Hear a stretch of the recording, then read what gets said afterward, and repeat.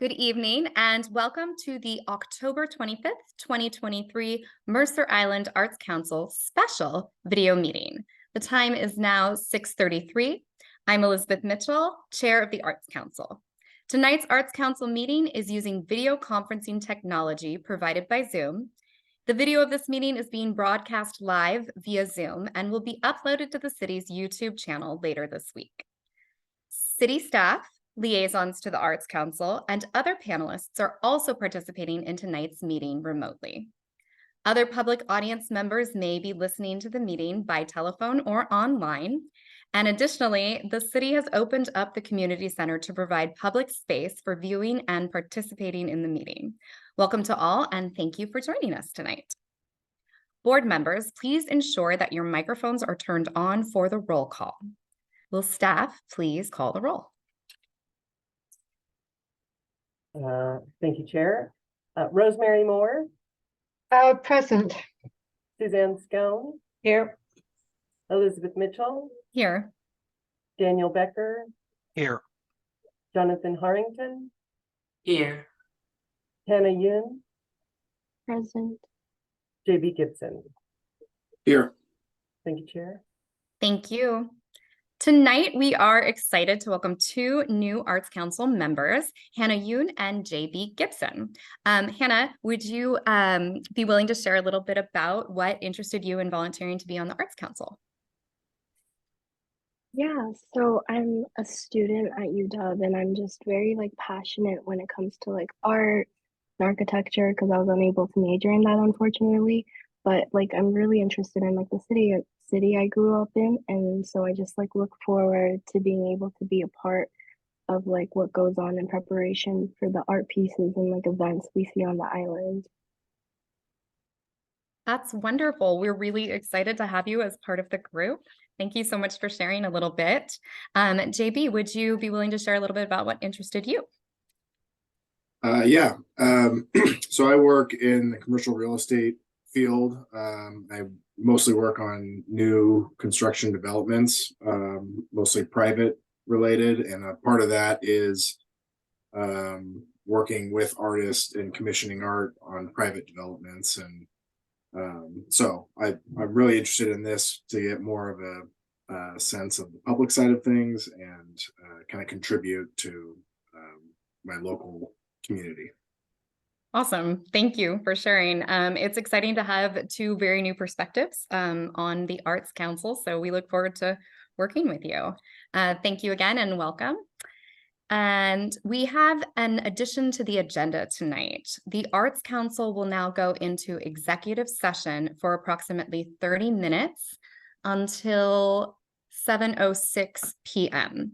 to discuss with legal counsel pending or potential litigation pursuant to RCW 4230-110. Thank you for your patience. City Clerk Andrea Larson will explain how to join the executive session. Good evening, Arts Council. For the record, I'm City Clerk Andrea Larson. To your city emails, you should have just received an email from me with a Teams link. You will all now leave the Zoom meeting and join the executive session via the Teams link. After the executive session has concluded, you will go find your Zoom link and rejoin here. Thank you.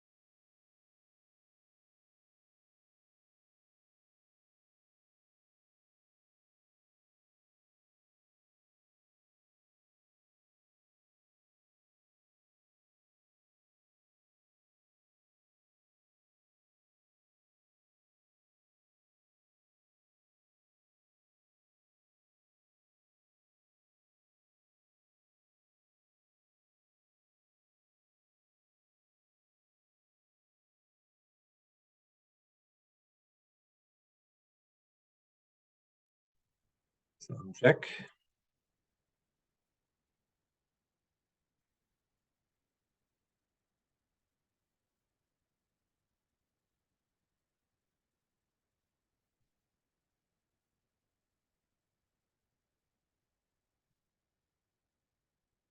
So I'm conducting a sound check to make sure that my microphone is still working. You guys hear me? Yeah, I can hear Okay. you. Good. Thank you.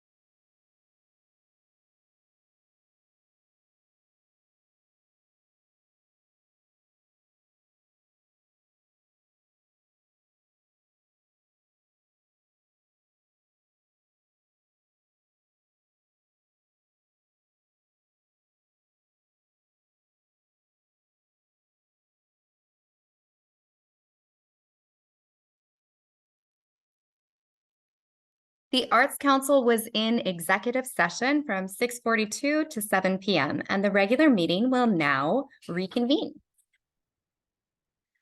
City staff, is there anyone who's signed up for appearances that wishes to address the Arts Council? No, Chair, there's not. Wonderful. So we will move on to the first item of business, which is the department report. And for that, we welcome Katie Herzog, Recreation Supervisor and Staff Liaison. Welcome, Katie.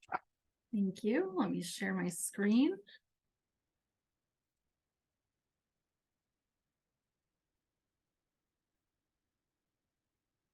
Can you see that okay? Great.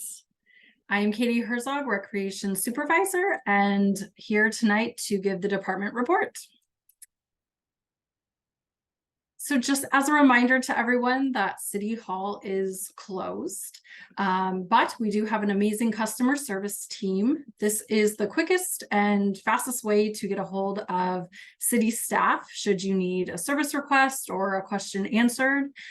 They can be reached at that phone number or the email address listed there. And they can also assist you in getting you to the right department or right person in the department should you have any questions. So just a quick reminder on that. Okay, so we have not met as a group since April. So I want to give just a real quick recap of how our summer went. And I'm going to start with summer celebration. We returned on July 15th for a really fun day. We brought back the community parade with a partnership with Island Books, John L. Scott, and Island Treats. Throughout the day, we had live music, food trucks, 15 different arts and craft vendors, nonprofit booths, sponsor booths, city departments, kids activities, and a lot of sunshine. It was a very hot day. And then we transitioned over to Luther Burbank for an evening of live entertainment, food trucks, more activities, and of course, the beloved fireworks show. Special thanks to the Mercer Island School District. They provided shuttles to and from Luther Burbank. We had paid parking at the community center that was well attended, and all of those proceeds benefited directly back to summer celebration. And of course, this event just would not be possible without our sponsors. We had the Mercer Island Community Fund, John L. Scott, Parent Map, Bell Harbor, Island Books, Mercer Island Martial Arts, Luther Burbank Savings, Windermere, Island Treats, and Jake Jacobson, all for sponsors for this year's event. And we are right around the corner to begin planning our 2024 summer celebration. So save the date for July 13th, 2024. Mostly Music in the Park also ran for 6 weeks this summer. We started on July 13th, and we had everything from a children's classic piano recital to rock and roll cover bands, and ended with a big band. All of these concerts took place at Mercerdale Park. Now, it's called Mostly Music because we did throw in a little bit more this summer. Penguin Productions, a local nonprofit theater company, they did a 10-minute sketch before each concert, which gave them good visibility and awareness of their group, which is a youth-based organization. So it was really fun to add in that element. We want to thank For Culture, the Mercer Island Community Fund, Classic Pianos, Island Treats, who sold s'mores on site, and MyVol, who provided arts and crafts for kids of all ages each week. It was a really fun season. And Shakespeare in the Park. They ran 12 shows at the Luther Burbank Amphitheater. This, of course, is a long-standing partnership between Wood & O, which is through the Seattle Shakespeare Company.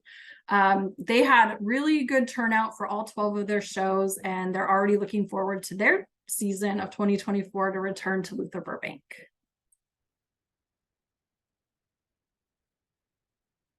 Okay, we also had a full summer of summer camps.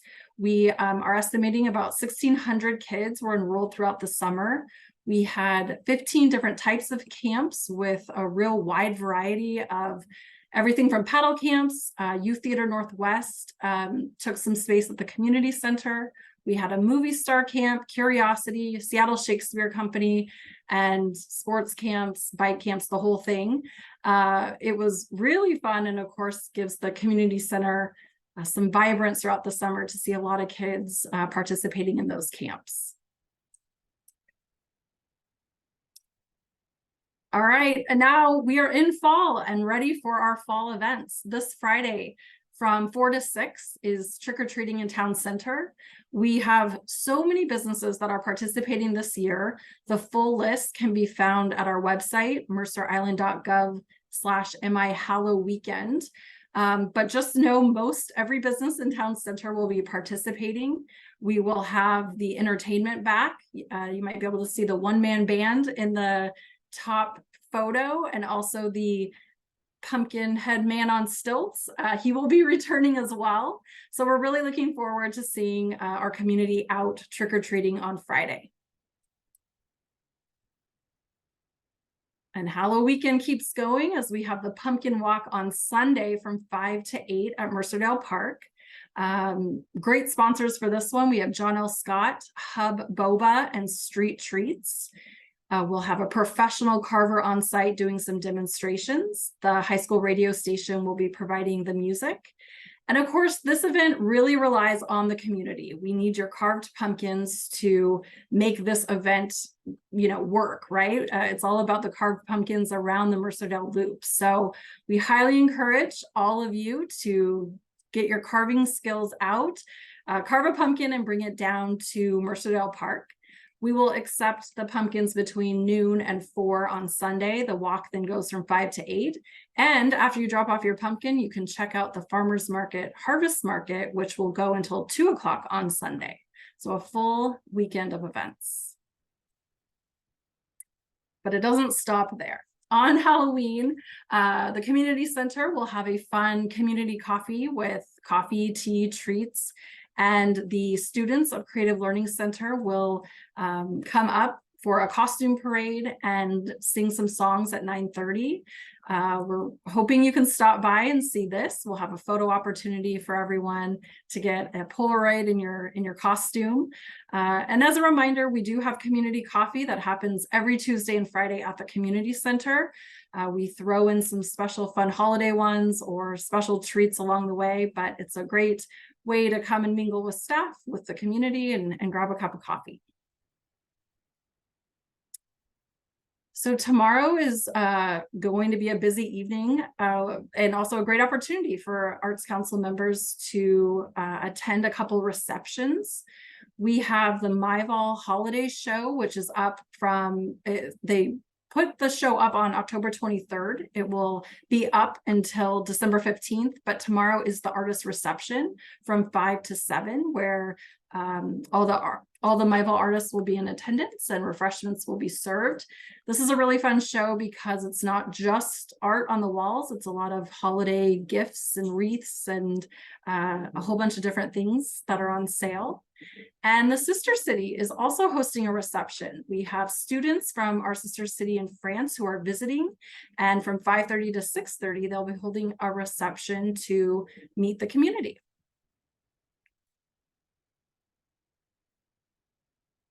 And looking into the very near future, we are getting excited for Illuminate MI. Maybe you've seen some lights that are being installed in town center over the past couple of weekends. They will all be installed and ready by December 1st when we hold the tree lighting ceremony at Mercerdale Park. The Mercer, oh, sorry about that.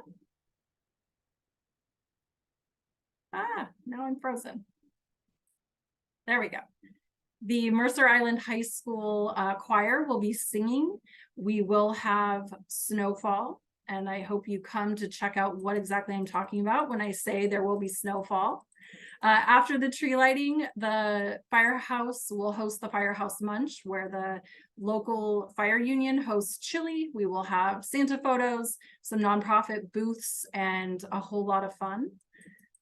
Then the Chamber of Commerce and a local organization called On the East Side will be hosting a holiday market at the community center on Saturday, December 2nd.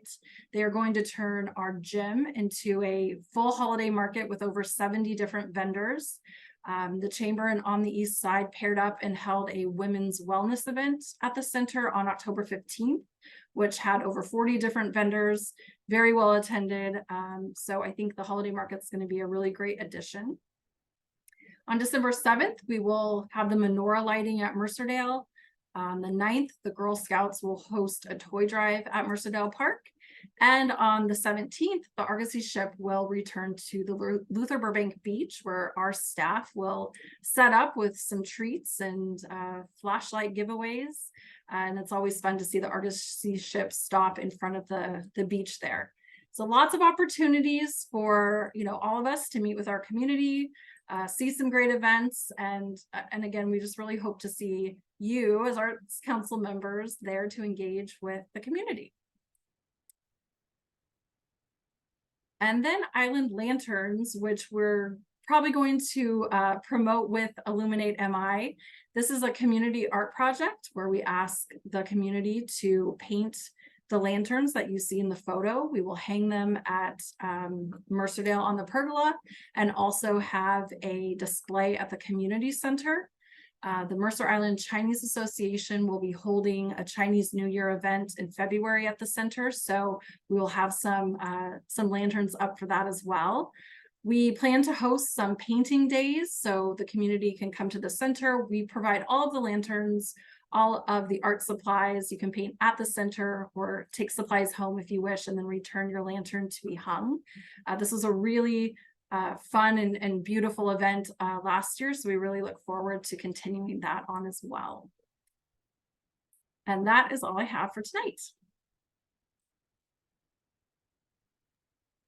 Thank you so much, Katie. We have some amazing events on Mercer Island. We're very fortunate. Those were, and the pictures were fabulous. I think I recognized someone in that pumpkin picture that might belong to you. So again, thank you so much for that update. The next item of regular business is to review and consider approving the minutes from the April 19th, 2023 meeting. Members, may I have a motion to approve the minutes of the April 19th, 2023 regular meeting? So moved. Thank you, Daniel. Is there a second? I will second them. Thank you, Rosemary and JB. I think you both said it at the same time. There's a motion by Daniel and a second by Rosemary and JB. Members, please turn on your microphones, and will city staff please conduct a roll call vote? Thank you, Chair. Daniel Becker, Aye. JB Gibson, Aye. Jonathan Harrington, Aye. Hannah Yun, Here. Elizabeth Mitchell, Approve. Suzanne Scone, Approve. Rosemary Moore. Approve. Thank you, Chair. Thank you. The motion passes and the minutes are approved. The third item on the agenda is chair and vice chair elections. So tonight, the Arts Council will appoint a new chair and vice chair by utilizing the following process to elect new officers as stated in the bylaws. Place a motion to elect chair and vice chair on the agenda. Take nominations for the position of chair from the floor. Nominations do not require a second vote. If no further nominations, the chair declares nominations closed. Voting takes place in the order nominations are made. If there is only one nomination, board members will vote on that nomination by a voice vote. If there is more than one nomination, each will be voted on separately by a roll call vote of the members present. Once a nominee receives a simple majority vote, the nominee is declared elected to the position. If none of the nominees receive a majority vote, nominations are requested again, and the process is repeated until a candidate receives a majority vote. The process will then be repeated for vice chair. I now open the floor for nominations for the position of chair. Please raise your hand if you would like to make a nomination for chair. Rosemary. Excuse me. I would like to nominate Elizabeth to continue and be chair. Thank you. Are there any other nominations on the floor? Okay. Staff, please conduct a roll call vote for the nominee. Thank you, Chair. Thanks. Suzanne Scone, I vote yes. JB Gibson, Yes. Jonathan Harrington, Yes. Elizabeth Mitchell, Yes. Daniel Becker, Yes. Hannah Yun, Yes. Rosemary Moore. Yes. Thank you, Chair. Thank you. Thank you all. I am happy to serve as your chair for an additional year. I will now open the floor for nominations for the position of vice chair. Please raise your hand if you'd like to make a nomination for vice chair. Suzanne. I would like to nominate Daniel Becker. Excellent. Are there any other nominations? Okay, staff, please conduct a roll call vote for the nominee.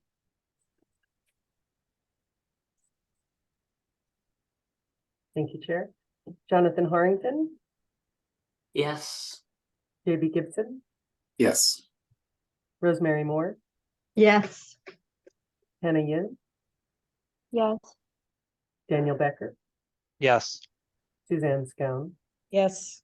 Elizabeth Mitchell. Yes. Thank you, Chair. Thank you, everybody. Thank you. Congratulations, Daniel. I look forward to working with you in the coming year. The new officers will now assume their respective roles, which is brilliant because I can just continue to read the script. The Arts Council bylaws update will be rescheduled to a future Arts Council meeting. And our next item of regular business is the Luther Burbank Waterfront Improvements Art in Public Places project recommendation. We welcome Sarah Bluvis, who we haven't seen in a while, project manager. Good evening, Arts Council. I'm also joined by Marcia Rollinger, the phenomenal artist who put forth the designs for your consideration tonight. I'm going to share my screen and get into a little bit of level setting for us tonight, and then I'll turn it over to members of the Public Art Committee who will share a little bit about just their experience over the last year participating in this process, and then I'll hand it off to Marcia to talk about all these amazing designs. So can I get a thumbs up that you can see presentation? Fantastic. So again, Sarah Bluvis, I am CIP project manager here tonight to talk about the Luther Burbank Waterfront Improvements, or LBWI, Art in Public Places recommendation. So again, here's our agenda. I'm going to run through some project context and a little bit of process about how this wonderful art project was developed, as well as how tonight should go. Then I'll turn it over to Daniel Becker and Suzanne Scone to share their experiences. Then we'll turn it over to Marcia to go through her wonderful artwork. And then we'll turn it back to the chair for discussion and potential action. So the next couple of slides I presented back in April, which is the last time I saw you all. So this might be a little bit of repeat information, but I know we have a couple new Arts Council members, so I do think it's beneficial. The Luther Burbank Park Waterfront Improvements Capital Project began in project design in 2020. The image here is from an awesome virtual open house that my colleague Paul West ran while we were in the throes of COVID and trying to figure out how to do community engagement.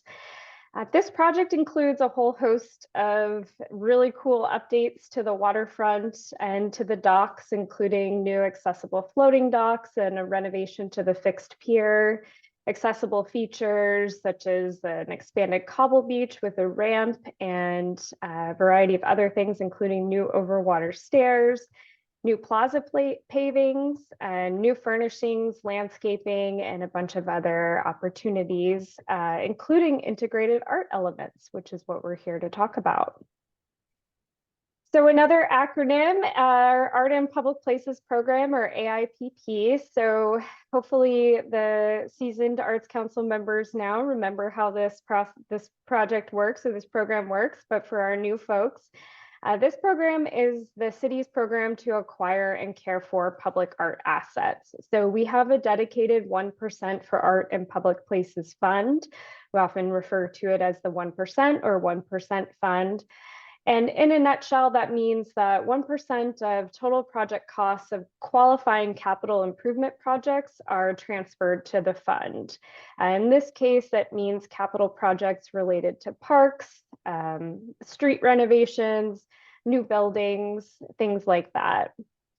The Arts Council plays a really important role in facilitating the Art in Public Places program. They recommend projects to the City Council for approval, and they're effectively in partnership with staff, stewards of the fund, and the public art collection. So the reason we're here tonight is because our phenomenal waterfront program or new project is estimated to contribute about $75,000 to our 1% fund, which is a wonderful chunk of change to be able to do a great public art project for a community. So here's a little bit of a reminder of just the process to integrate art elements into this capital project. And a lot of this information was included in your staff report with your agenda packet. But back in August of 2020, if any of us can remember that far, we held a design charrette to start kicking off the design process for the waterfront capital project. And an Arts Council representative who's no longer on the Arts Council, but was a great representative for the group, participated in that charrette. We came back to the Arts Council in September of 2021 to kind of talk about where we were at with the design and also get input for locations and preferred themes for integrated public art that could be added to the design. And then we were back on the same day in 2022, surprisingly, to provide an additional update on where we were at the design process and ask the Arts Council to stand back up the Public Art Committee to help steward the artist selection process. Daniel Becker and Suzanne Scone were appointed to the committee, and they've been working primarily with me and Paul West and some consultants, and of course our artists, to facilitate this whole project until now. Back in January, you all endorsed the request for proposals in the artist selection panel, which gave us the opportunity to go out and find great artists. And then we hosted a pretty robust selection process, which was chaired by Daniel early in the year in the first quarter. We came back in April, which is the last time I've seen you all. And you all voted to recommend that Marcia Rollinger be selected for this project. That recommendation went to council on May 16th. They appropriated $50,000 from the 1% funds to support what we called phase one of this project, which was essentially design and integration into the existing capital project. And then since then and up until now, we've been, on the ground running, doing site meetings, ton of research and community engagement, which Marcia will talk more about, as well as developing the artwork. So there's a couple decisions on the table tonight, and we can reiterate these after you all have a chance to walk through the artwork with Marcia and have a discussion, but I wanted to get out front to start. So the first decision is on what we're calling the Mercer Island medallions, the core public art project. Tonight, we are requesting that the Arts Council recommend to the City Council that they accept the designs for the Mercer Island medallions as presented, and that they appropriate the 1% funds to complete fabrication and installation of the medallions during construction of the capital project next year. And you don't need to remember this right now. We can bring it back up after the discussion to help the process run smoothly. Here's a look at the budget request, which was included in your packet. So for the medallions themselves, that's the 12 bronze medallions that were included in your packet. We have fabrication costs, installation costs. We want to do some documentation. Again, a lot of the photos you will see through Marcia's presentation were from all the community engagement we did this year. We also have a video coming of that, as well as hopefully some photos and video of the fabrication and installation process. And then contingency, which we often like to include in projects to cover any surprise costs and price increases. We all know how the supply chain and costs and everything continue to go up. So we want to make sure that we're planning for that. So that total, just for the bronze medallions, is $69,000. And just a reminder that the estimated contribution from this capital project, the Luther Burbank waterfront improvements, is about $75,000. So decision number 2 relates to the additional art elements that also were included in your packet. So Marcia will present the designs for these additional elements that she created for the waterfront to really tie the whole site together. And if the Arts Council desires, you can also recommend that the City Council accept whichever of these art elements, and then appropriate the additional dollars from the 1% fund. We'll do a process to kind of walk through each of those after Marcia has presented them, and really it'll be a thumbs up, thumbs down. So thumbs up if you want to include one, thumbs down if you don't want to include another. and we will then kind of get to what the motion would be after we finish that process. So here are the cost breakdowns for all of those additional elements. So there's 3 elements for your consideration: a light pole fixture. Here we have the image of the kingfisher to your left. And so there's 3 different potential options, different costs associated with each of those features, and then an installation cost. We also have the vinyl building decals, which includes fabrication of the salmon and the Luther Burbank sign, as well as installation costs. And then I think one of my favorites, as well as Paul West, who wasn't able to be here tonight, was the kiosk art embellishments. And that would have a fabrication cost. One note about the kiosk: the kiosk will be included in this project regardless of whether or not the Arts Council chooses to add an art element to it. It will be a 2-panel kiosk already included on site, so the fabrication of the art element would just be on top of that. And that's part of the reason there's not any like installation cost associated with that. They're almost done here. Finally, there's also one piece that is incorporated into this overall concept or project that is not funded by the 1% program, and that's the bronze historical plaques. You can see an example of one here that would be designed for the Luther Burbank Park building, or boiler building, excuse me. So we provided these in the packet for your awareness. These pieces are being designed by Marcia, so they'll be cohesive with the rest of the artwork.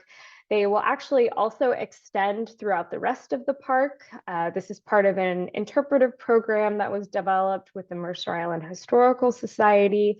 So there's different locations throughout the park that would include these different bronze placards. And this project is funded separately. It's through a grant that the city received from the Washington State Historical Society. So we just presented this for you all so you're aware that we're still working on it, and the aesthetic will all be the same, designed by the same artist. We just want to let you all know about this cool piece. So I'm going to stop sharing the screen and turn it over to Daniel and Suzanne to talk a little bit about their experience on the Public Art Committee stewarding this project. Sure. I mean, I think you covered most of it, and I don't want to take too much time here, but I mean, as Sarah said, we have spent a lot of time on this. I'm personally am pretty happy with the result and what has come out. Marcia will talk about sort of all the public engagement that she's done. But even before Marcia was selected, we spent a lot of time, as Sarah said, going through other proposals. And, you know, as you all have, if you have any questions about any of this, I mean, I'd encourage you all to ask whatever you want about it. But I've spent a lot of time on this, as I think Sarah went through the various parts that I've been involved with it. And I think we've come up with a really good one really good option, and then several additional also good options. So, yeah. Well, I'll just chime in and say it was pretty seamless. It took a while, but you know, honestly, the staff support was fabulous, and the artist, you know, connection to the community and her reaching out and seeing her at summer celebration, engaging the community. I think the community is going to be really, really happy with this product. I think there's going to be people that see what they expressed, what they wanted to see reflected in the artwork, and I think that's really exciting. And yeah, it was a great experience. I thank you for letting me work on it.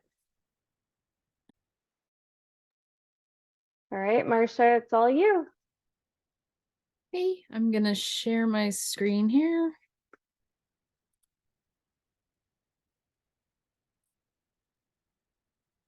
Can everyone see that okay? We can. Okay, excellent. So I'll do a recap first, just the summary about the location of the project because I know there are new Arts Council members. So basically, through various events and other methods of outreach. I went to the park a few times and talked to people who were just at the park. I collected input from the public on many different aspects of Mercer Island. Because as I talked to people, I realized that it was a really wide array of what people felt made Mercer Island and Luther Burbank Park really special to them. So I received, we received drawings, poems, stories, just words. And then I took those and then translated them visually for the 12 medallions. So we're doing 12 medallions in total, 3 different sizes, 4 18-inch, 4 24-inch, and 4 30-inch. So this is the location. So it's at the Luther Burbank Park Plaza area down by the docks. In the highlighted red area, I'm sure everybody's probably familiar with the area at the park. So they'll be inset into the paving as the new renovation happens. Mostly at the end, so there's no equipment damaging them or anything. So it would go in late, I believe, 2024. And so here is the idea. They're supposed to be reminiscent of bubbles, so they kind of lead you from one side of the plaza to the other. And as on the right side of the plaza is where the boiler building plaque will be. So it kind of leads you over to the boiler building plaque. And then the kiosk is on the other side. So these will actually be sort of a little trail that goes across the plaza to both of those items. And the community engagement part. This was totally fun. It was probably the most fun project I've ever worked on. I've learned so much. I met so many people. And you have an amazing community because everybody was enthusiastic. Kids were having a great time. So the events, how we advertised that they were happening, we did a bunch of print materials, and then the city, thank you, Sarah, and Paul printed them out and placed them in different places so that people could find out about the project, where we were reaching out to people, where they could give their input. And then word was also spread on the City of Mercer Island social media platforms. And then I also met, in addition to the events listed here at the Farmers Market, Summer Celebration, and Mostly Music in the Park, I met personally with the Friends of Luther Burbank Park, the Mercer Island Historical Society, the Visual Arts League, and the Mercer Island Preschool Association. I met fan through one of the events.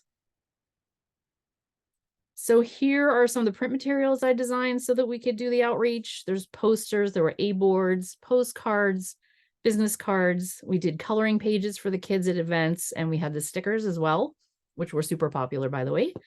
And those were also, I believe, placed at the community center. So these were also around for people to find out about the project and the events. Here are some photos. I think, as Katie mentioned, Summer Celebration was very hot. We had crayons melting on the table, so we had to switch to markers at one point. So, but we engaged with so many people. It was absolutely amazing. So these are, like I said, from the 3 different events. We had intake forms that people could fill out themselves if they wanted. I also took notes on as people were talking. And some people took the postcards and decided to enter things up on the Let's Talk platform. So, but these are from the events.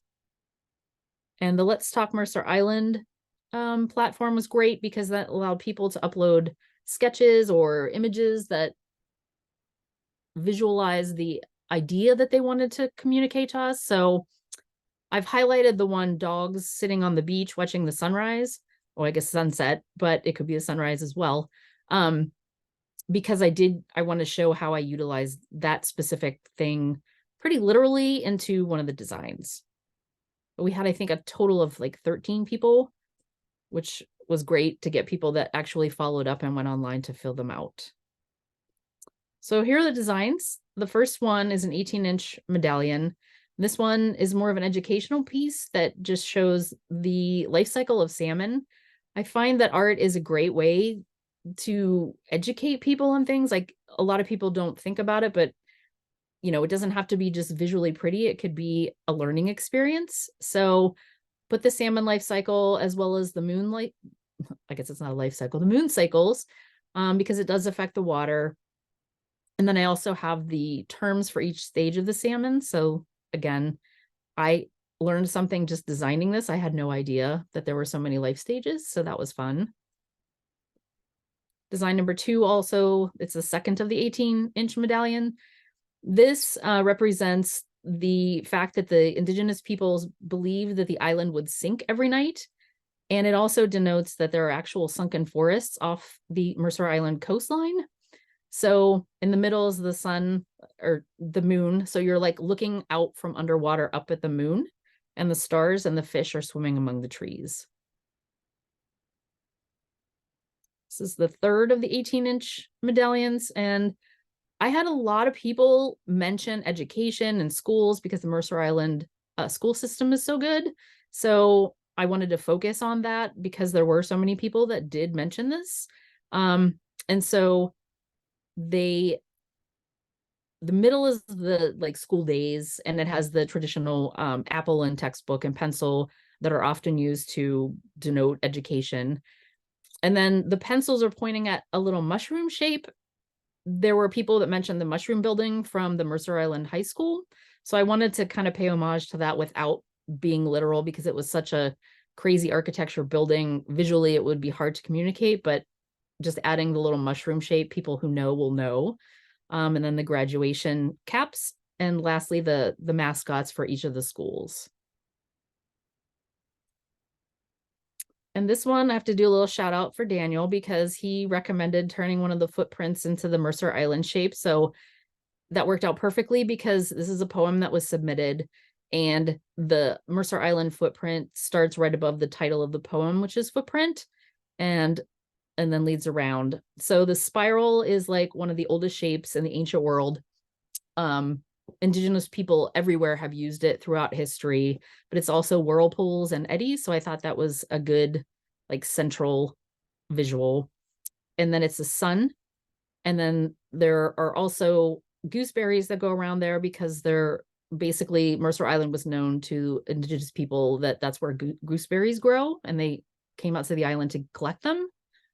And then it's the poem, and then the footprints around the outside.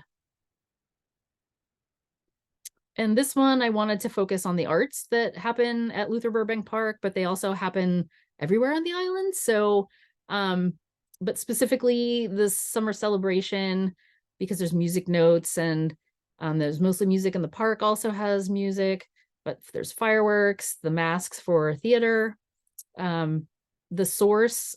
So if you viewed it from the air looking down, that's the actual shape of the art piece. And handsome bollards, which everyone loves, are on the outside. And here's the reference to the Let's Talk, dogs sitting together on the beach, watching the sunrise, sunset. So the other thing a lot of people had mentioned was the kindness, the like friendship and having fun, meeting new kids, playgrounds. So I combined them into put that all together, and this is the design for that. The hearts on the outside, everyone's connected. The dogs watching, again, the sunrise, sunset. Plus there were so many people who mentioned dogs on the island, the off-leash park at the park. And then of course the dragon that's at the Dragon Park. And so then the middle is just like heart shapes to denote the love and kindness. This one was a fun one too. The Luther Burbank School,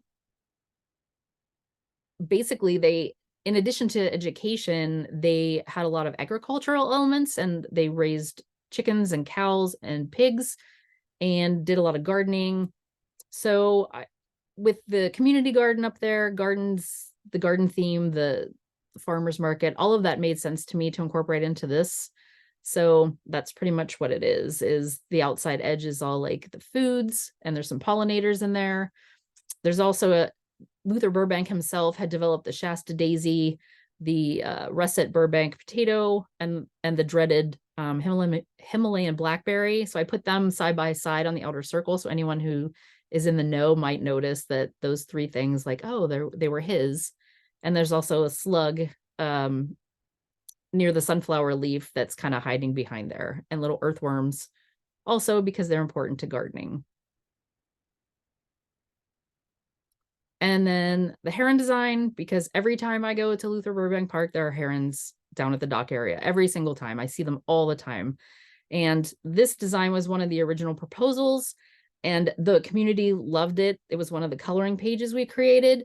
So I felt like the community already has a connection with this, and kids who colored at the events will now be able to see it in bronze and be like, oh, I colored that page. So it was an instant connection, and I love the design. So it seemed like the community did too. So it's part of the mix.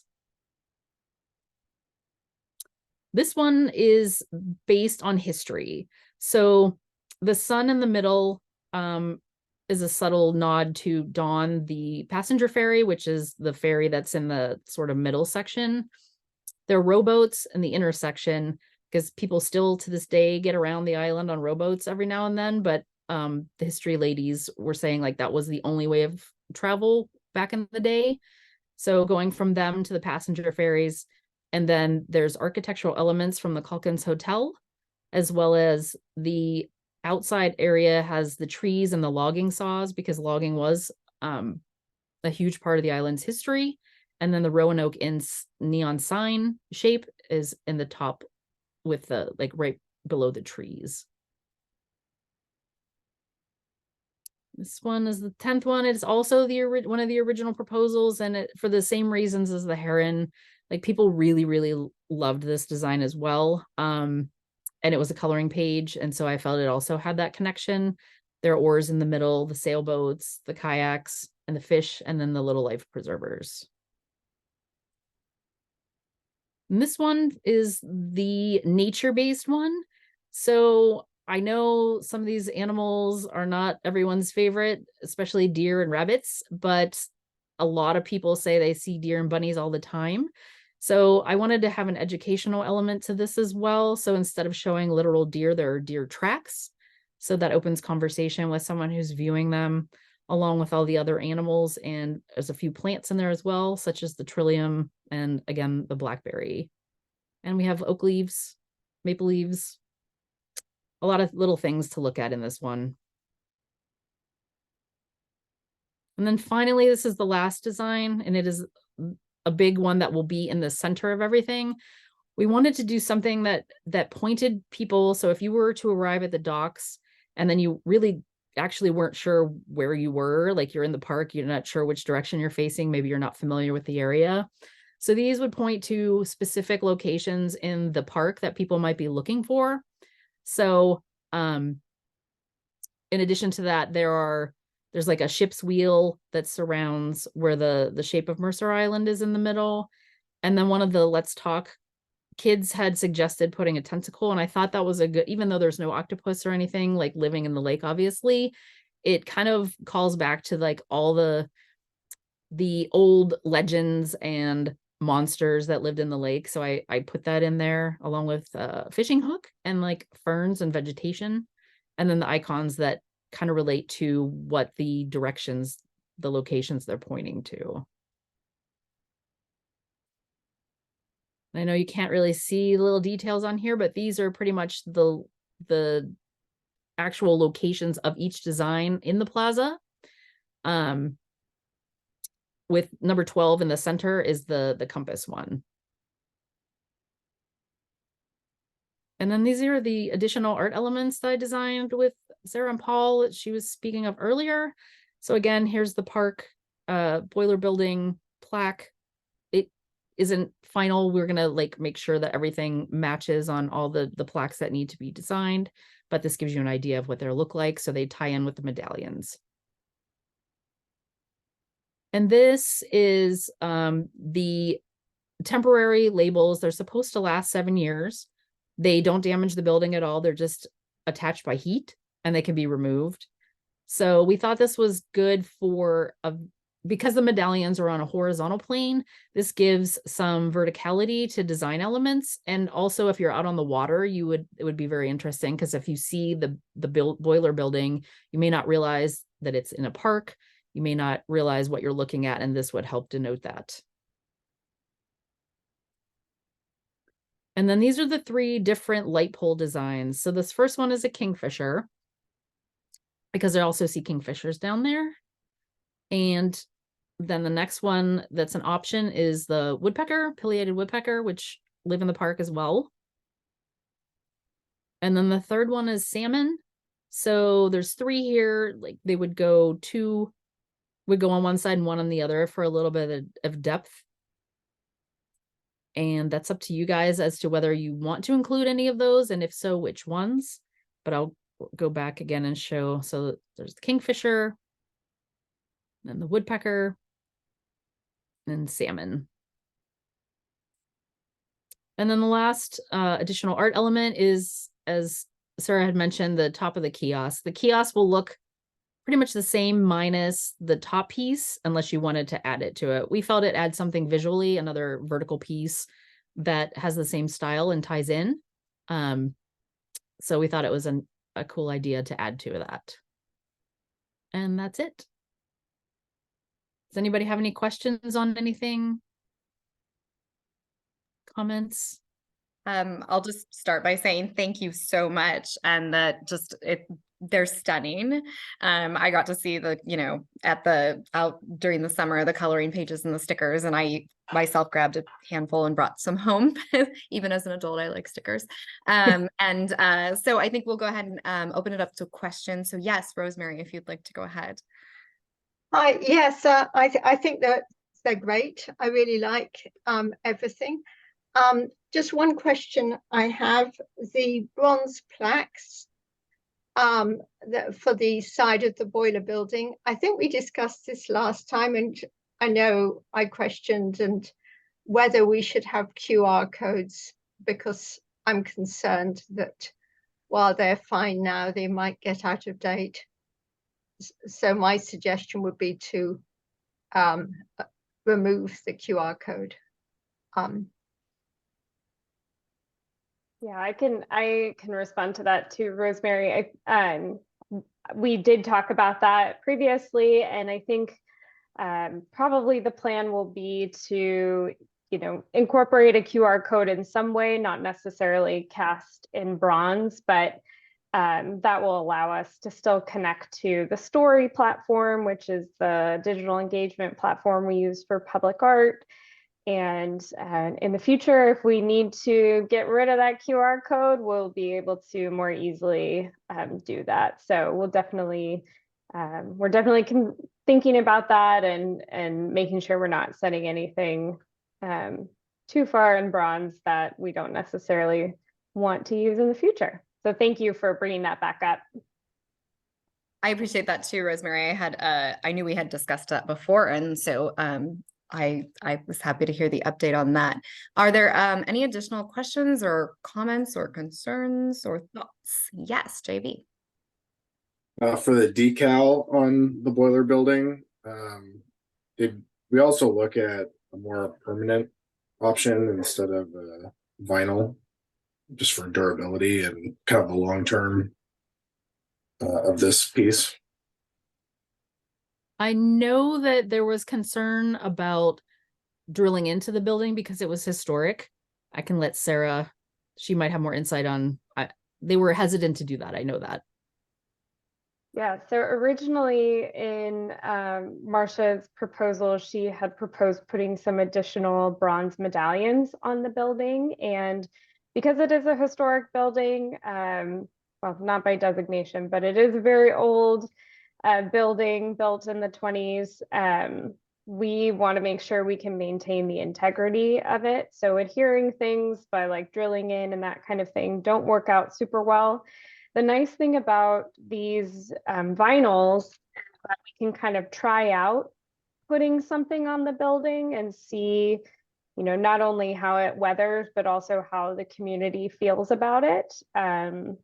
Because it's a historic building, we want to make sure that we are preserving it to the best of our ability for future community members. So this is also kind of an opportunity to try it out, and potentially in the future we could explore something more permanent if desired. Thank you for that, Sarah. JB, did you have another question or? Oh, no. Oh, okay, great. Rosemary? Yeah, just to follow up to that. So how are the plaques going to be attached to the building? The plaque will be like drilled in, safely adhered to the building, because it's a historical plaque instead of like a bunch of different pieces. Our design team and our capital team are more comfortable with that option, so that will be permanently affixed to the building, whereas these will be, you know, potentially temporary. Any other questions?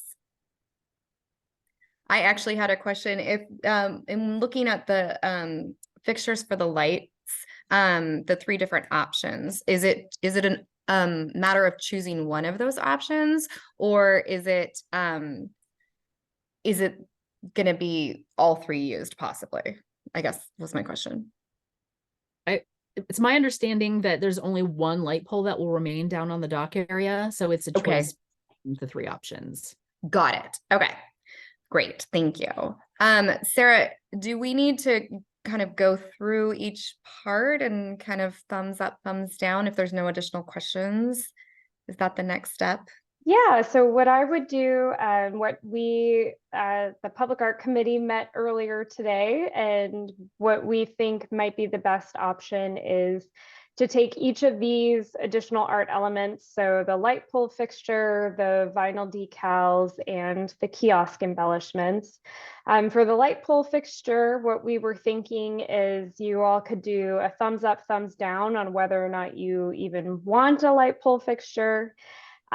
Design wise, you know, we were thinking that potentially staff could make the final decision, but if anyone has, you know, an overwhelming sense of what they like, they don't like the woodpecker, they, you know, they want all salmon all the time, you all can reach out to me and we will, you know, take that feedback for sure, because we, the design team are, you know, we're mixed about it. We're still thinking about which piece we are most interested in. So yes, the Great. short answer is thumbs up, thumbs down for each of the three elements.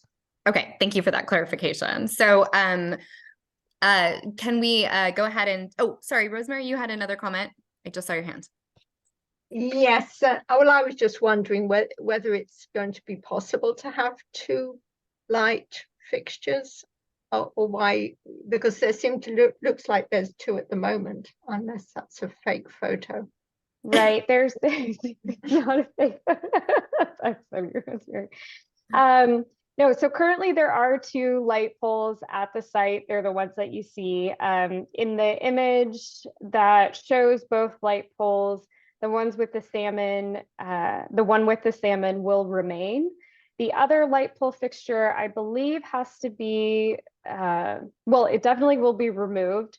Paul would be the better one to explain why. I think it may have something to do with the overwater stair platform that's going to be installed.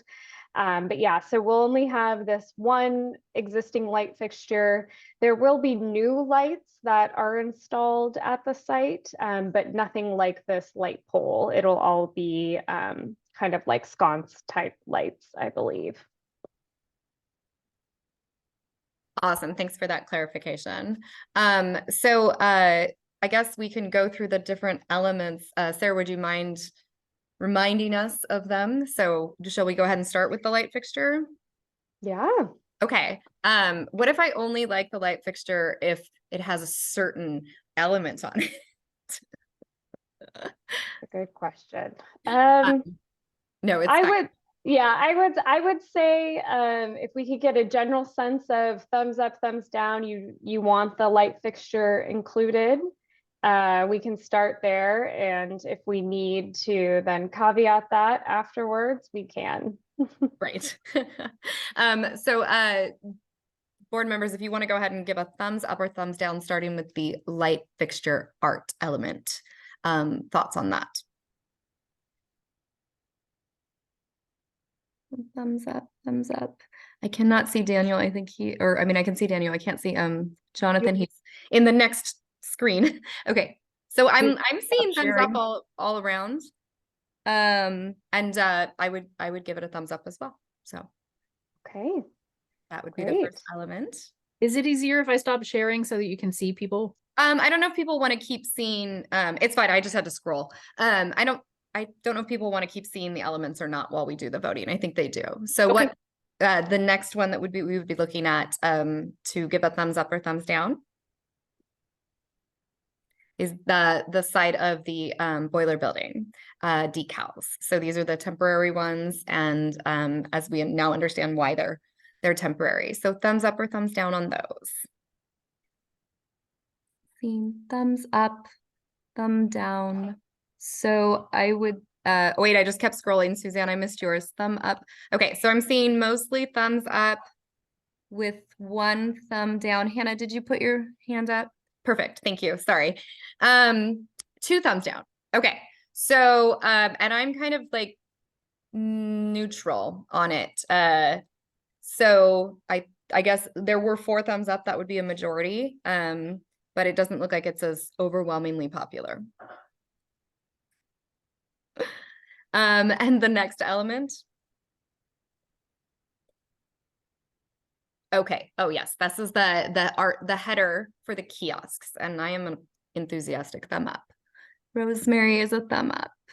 Hannah, Suzanne, and Jonathan. Wonderful. So that was a unanimous thumbs up on that one. So I think we can definitely recommend moving forward with the light fixture and the kiosk topper, but it seemed to be a mixed feeling on the side of the boiler building. Yes, Suzanne.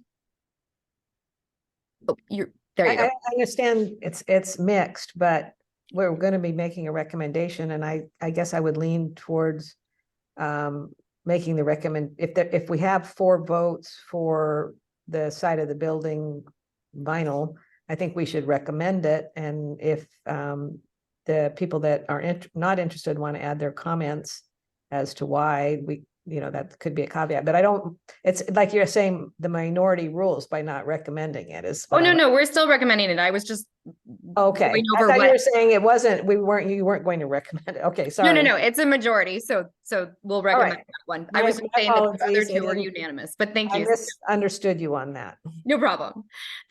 So just to clarify, Sarah, now that we've gone over those elements, shall we go ahead and ask for a motion? Is that the next step, or did you need anything else from us before we do that? No, that is the next step, barring any other questions or comments. Okay, any other questions or comments from anyone? Yes, JB. I was thinking that if we are doing the decals, which it sounds like we are, with the salmon on there, I would probably prefer to see not the salmon on the light poles. No, that's a yes. I hear what you're saying. I think Marcia hears that. But I think we can go ahead and make the recommendation for all 3 art elements to City Council to move forward with. So may I ask you to stop sharing the screen for just a moment? Perfect, so I can see a little bit better, sorry. So members, can I have a motion to recommend the Luther Burbank Waterfront Art in Public Places project and appropriation request to be approved by City Council as part of the construction contract award? Did you get all that? Do we want to approve the art elements that we just discussed moving forward with? Can I have a motion? So moved. Thank you, Daniel. Is there a second? Second. Thank you, Jonathan. So there's a motion by Daniel Becker and a second by Jonathan Harrington. Board members, please turn on your microphones, and will the city staff please conduct a roll call vote? Thank you, Chair. Hannah Yin, Aye. JB Gibson, Aye. Rosemary Moore, Aye. Elizabeth Mitchell, Approve. Jonathan Harrington, Approve. Daniel Becker, Aye. Suzanne Scown. Aye. Thank you, Chair. Thank you. The motion passes. Thank you again so much to Marcia and to Sarah. Again, it's just beautiful, stunning work. And thank you again to Daniel and Suzanne for all of your hard work on this. And we are excited to send this to City Council for the next step. So thank you for that. Thank all And of you. Chair, really quickly, just next steps. So thank you so much to all of you for your vote to recommend the full package. So we will be going, this project will go to the City Council as part of the contract bid award. So that is still, the timeline for that is still TBD. We will come back and update you all once we know that it's heading to council for approval. And then the construction timeline for the entire kind of phase of the waterfront improvements is slated to begin next year.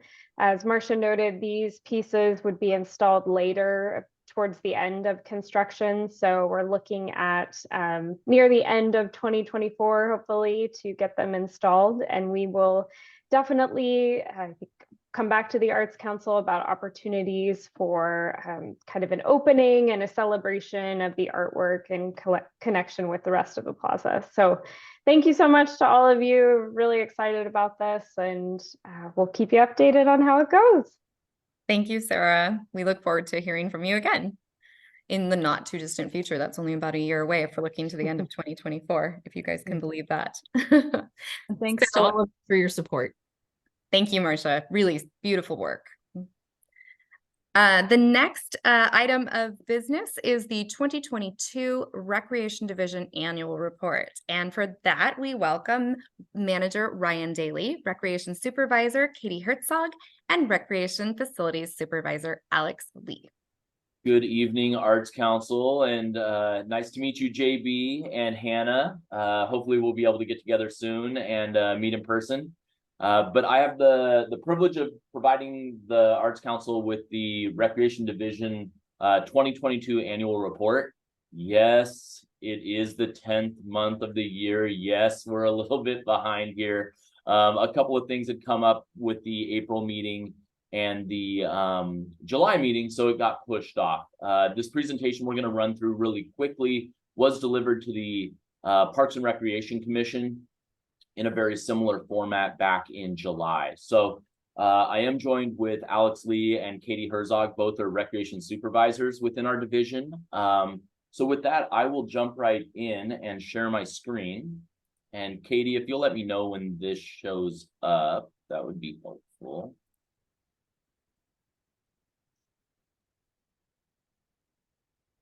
You are good. Crossed. All right, we are off and running. So what we're going to cover just very briefly, as I mentioned, is who is the Recreation Division? What did we do?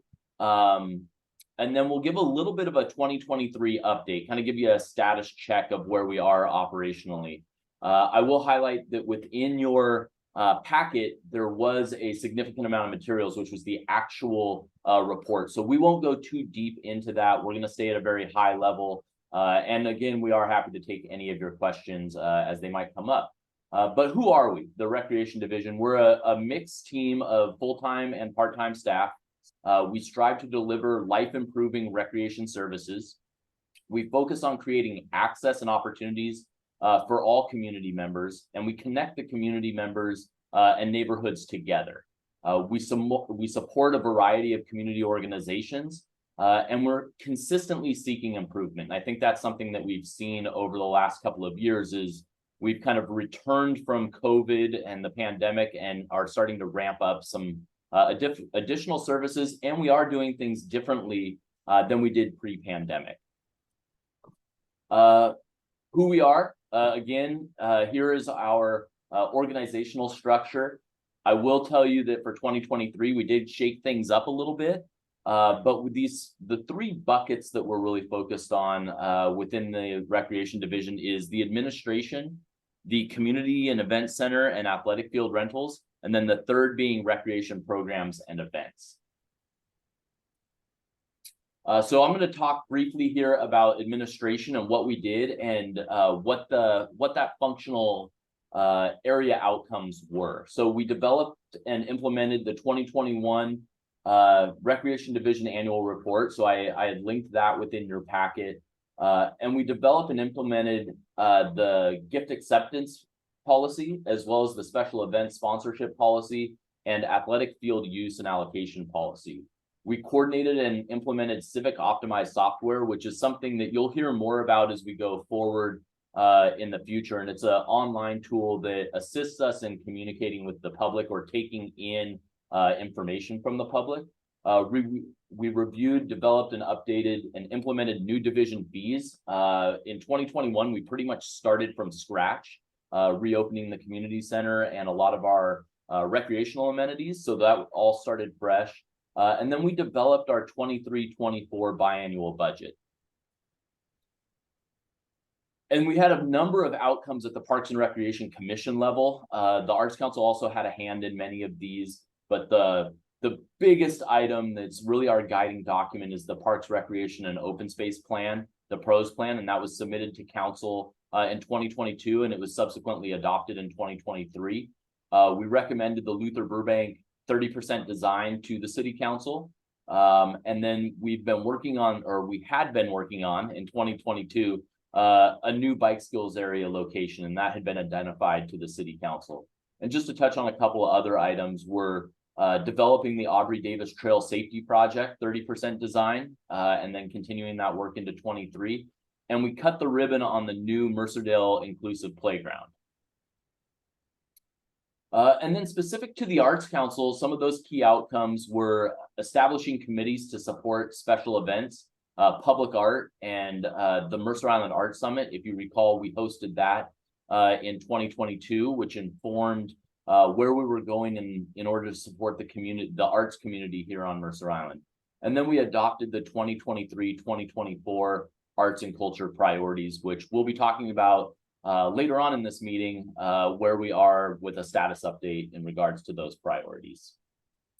With that, I will pass it on to Recreation Facility Supervisor Alex Lee to provide an update on the community center. Thank you, Ryan, and thanks for having me here tonight. So last year in 2022, the community center, you saw the org chart there, which is, like Brian mentioned earlier, was slightly different this year. But we restored access to the community center, programs and services that we had pre-pandemic. As you can see there, we had some great numbers for 2022, and total number of bookings, participants for drop-in sports, and then visitors for our fitness center. And the numbers for the fitness center are obviously really good considering we were closed for 6 months. So it was good to kind of get that back open. We started accepting reservations again and rentals, and providing more access to the building. We obviously have passive access to the recreation or the community center, excuse me, including the art gallery that was restored. And we currently have 6 slots throughout the year for the art gallery that MyVol puts on for us. Yep, sorry. And then obviously we have some pictures here. The top left one is of a reception for the art gallery. And then we have other events, indoor playground in the bottom left, and then a big Mercer room rental as well. So things that kind of came back in 2022. We also had outdoor facility rentals as well in our athletic fields and picnic areas and private events. The picnic shelter at Dean's Children's Picnic Shelter became rentable. And then we have, you can see our kind of our stats there for our field rentals as well. And I'll hand it over to Katie. Okay, and I will talk about our events and community partnerships that occurred in 2022. So all of our events that are listed here came back in 22, most of which hadn't occurred since 2018. So it was a pretty exciting year that we got to, finally bring back Summer Celebration, Mostly Music in the Park, Shakespeare in the Park, which you heard about tonight. We hosted a senior lunch in Rocktober. We brought back trick-or-treating, the pumpkin walk, which was the first time the city had coordinated that event, and Illuminate MI, which was a tree lighting and Argosy ship visit that year. We also partnered with numerous organizations who then put on their own community events, but we were able to partner with them, like the MIPA Circus, which was held at the community center. We brought Juneteenth to Mercerdale Park, as well as Pride in the Park. The Firehouse Munch came back with the fire union in coordination with the tree lighting, and the menorah and the Girl Scouts toy drive, all were partnerships. And that was also the year we brought back, summer camps. We had some camps happen in 21, but on a very limited basis. So we had 10 different summer camp offerings, over 1,300 registrations. We permitted 39 private events in the park. And through a new special event sponsorship program, we had 9 additional events that were able to utilize our program, that sponsorship program, which had some fee waivers and a lot of cultural events that otherwise maybe could not have happened on the island. And some great photos of our 2022 events, which is kind of fun to compare to what was shown in tonight's department report. And so I'll jump in and cover where we are in 2023. We started the year, and this is a big deal for me because I don't know that this has ever actually happened in my career here at Mercer Island, but we started the year with a full team. And that was just huge. That allowed us to really hit the ground running. It allowed us to go in and bring in that additional casual labor that supported all of those events and assisted at the community center through the summer. Our community center rentals and drop-ins have already exceeded pre-pandemic numbers. That's incredible, given the amount of volume that the community center is seeing. Our summer events and our camps this last summer were extremely successful. I think we heard a lot about that with Katie's department report earlier. Our senior age opportunities are occurring. That's, if I was going to say what our key focus is today and what we're really focused on expanding, it's that senior age opportunity. We have some lifelong learning with Osher. We have community coffee hour, lunches, and a senior golf program. I will say that our drop-in programs are predominantly senior focused within the age demographic that's using that, as well as some senior fitness classes coming on hopefully early in 2024. As Alex mentioned, we offered numerous art gallery shows with My Ball. And one of the things I'll tell you as a department manager, I'm really proud of utilizing our community center in a way that's supporting both that city hall closure, but still maintaining that access for our community. As I mentioned, we're seeing large volumes of people come in, both renters and that drop-in aspect. And to be able to couple that with supporting some of our fellow staff members who don't have offices right now because City Hall's closed, and to be able to provide that space to that internal staff team is extremely important. And I'm really proud of our staff team of providing that flexibility. So I'll just end this with 2023. I'll say we're most of the way through it, and it's been an extremely successful year. We'll be returning in April to your April meeting with the 2023 annual report that'll have a bit more detail on what those specific outcomes were. But I'm happy to take any questions if you have them, but thank you for the time. Thank you so much, Brian, Alex, and Katie. It is fabulous to see things coming back after, coming out of this pandemic, not only coming back, but coming back better than it was before. So that's really incredible. I myself had not previously gone to the community center before I was an arts council member, and it's a great space. So that's wonderful. Thank you for that. The next item is the 2023-2024 City Arts and Culture Work Plan update. And for this, we're going to welcome back, once again, Katie Herzog, Recreation Supervisor. Thank you, Elizabeth. I think I see Jonathan who has a question. Oh, my apologies. I didn't see that. Jonathan, did you have a question first? Yeah, I guess it's for anyone at the community center. I'm just curious which City Hall staff are at the community center now, Excellent like question. working there? I'll tackle that one. So it started out with police were in there. They have since moved down to Luther Burbank. We have been hosting a number of even council members and things like that for different meetings that have been taking place. We do have our facilities division is working out of the community center, and many, I would just say a lot of the city staff are using it as drop-in space for our offices that are located down there, or up there, I should say. Thank you. Thank you, Ryan. Did that clarify for you, Jonathan? Yes, thank you. Awesome. So moving forward, we welcome back Katie Herzog. Thank you. So I do not have a presentation tonight. Just what was in your packet is the staff report that gave another update since April. In the April meeting and packet, we gave a pretty lengthy update of where we were on the 2023-2024 city arts and culture priorities. So tonight, it's really just what was in that staff report is updated April to today. We do plan to come back in October and kind of, give the full update of what has been checked off for 2024 as we're working with a 2-year priorities plan. And of course, next year we will be working on our 2025-2026 priorities. So I'm happy to take any questions or comments, but no presentation. If I could jump in right away, Katie, you kind of alluded to it right there.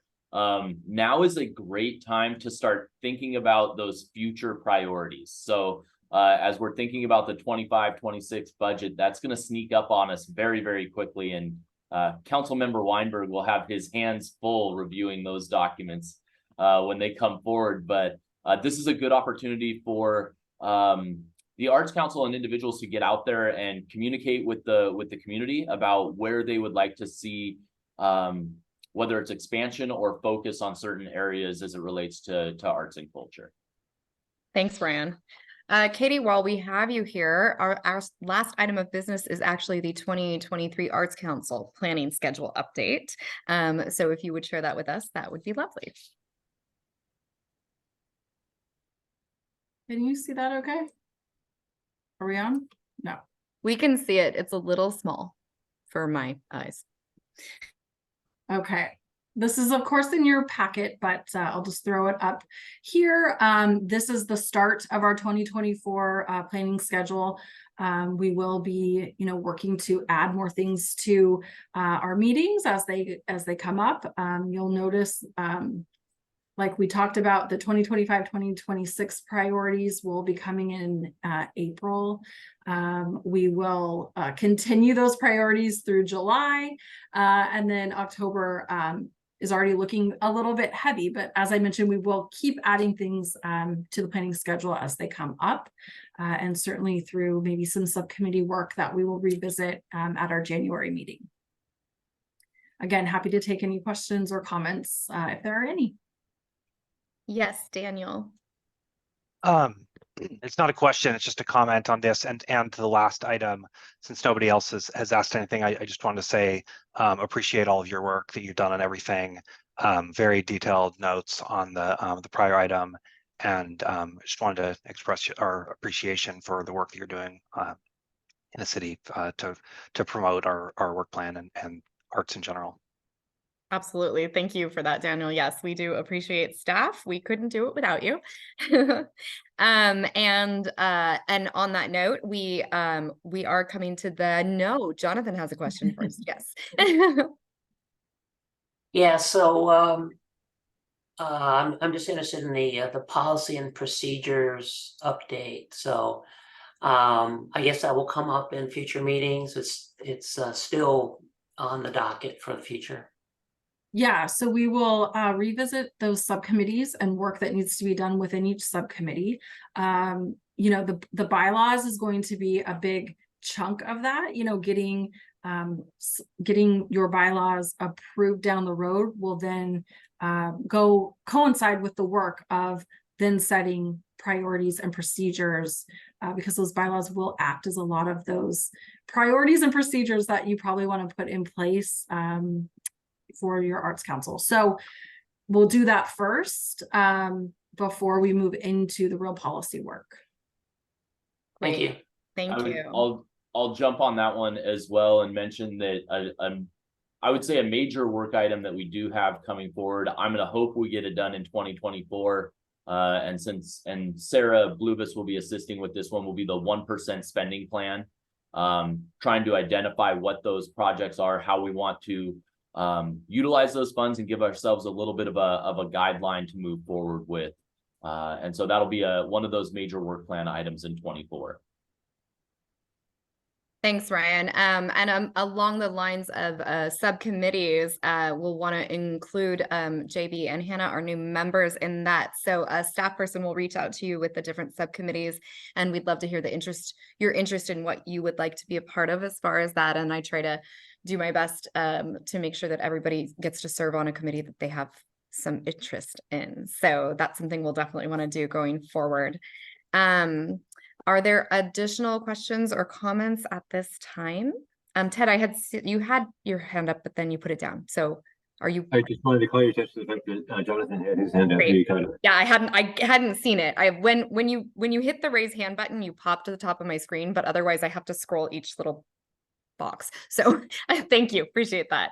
I know tonight's meeting was a lot because we haven't met since April. We had the executive session and of course some new members to welcome. So apologies for keeping you this evening, but if there's nothing else to discuss, I hope to see some of you at all of our wonderful events for Halloween this weekend. We have the Friday night trick-or-treat event downtown. We have the pumpkin walk. We have some other wonderful community events going on this weekend. So love to bump into Arts Council members at those things so that we're all there supporting our community. Otherwise, if there's no other business to come before the Arts Council, the time is now 8:29 and the meeting is adjourned. As a reminder to members, please stay seated and on camera until city staff has terminated the Zoom broadcast. Good evening to everyone and stay safe and healthy and have a happy Halloween.